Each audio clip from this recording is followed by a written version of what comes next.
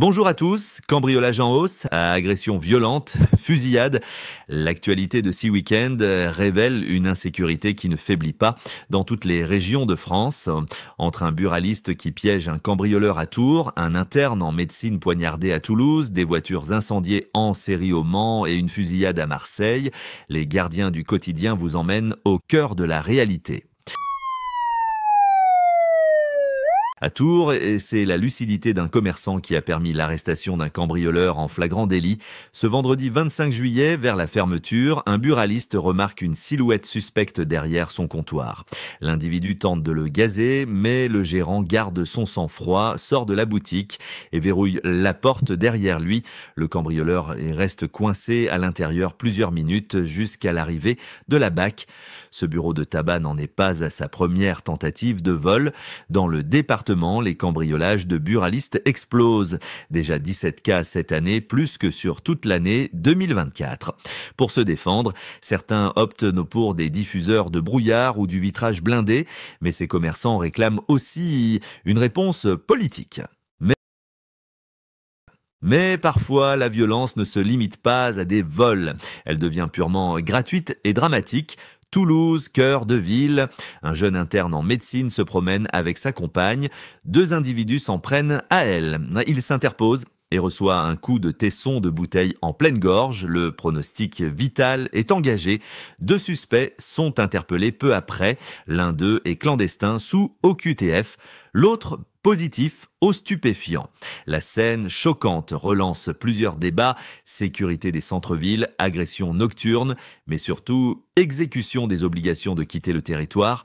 En attendant, une enquête pour tentative d'homicide volontaire est ouverte. Et quand ce ne sont pas des individus, c'est tout un quartier qui bascule dans le chaos. Le Mans, quartier Gustave Courbet, une nuit de violence sans précédent. Feux de poubelle, voitures brûlées, vitres brisées, rétroviseurs arrachés. En tout, 50 véhicules vandalisés. Un climat d'insécurité profond dans une zone résidentielle.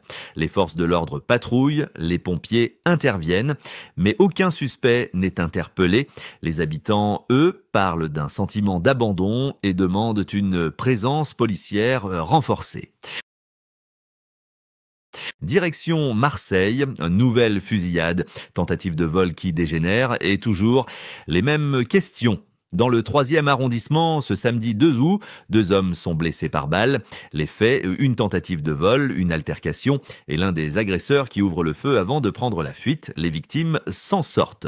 Mais cette fusillade vient s'ajouter à une longue série d'événements sanglants à Marseille où les armes circulent trop facilement. La police judiciaire est saisie, mais la ville s'enfonce chaque jour un peu plus dans une spirale de violence. À Tours, Toulouse, Le Mans ou Marseille, ces faits divers n'ont rien d'anecdotique. Ils dessinent une réalité nationale faite de violence, d'impuissance, mais aussi parfois de courage individuel. Les commerçants, les soignants, les citoyens veulent vivre en sécurité. Mais les dispositifs de prévention suffisent-ils? Les lois sont-elles appliquées? Les responsabilités sont-elles assumées? Merci à tous de nous avoir suivis. On se retrouve demain pour de nouvelles actualités. D'ici là, restez vigilants et surtout, n'hésitez pas à partager vos expériences ou vos conseils en commentaire. Votre témoignage peut aider d'autres personnes à éviter le pire. Abonnez-vous à la chaîne et rejoignez la communauté des gardiens du quotidien pour ne rien manquer des prochaines alertes, faits divers et conseils de sécurité. Parce que prévenir, c'est déjà agir.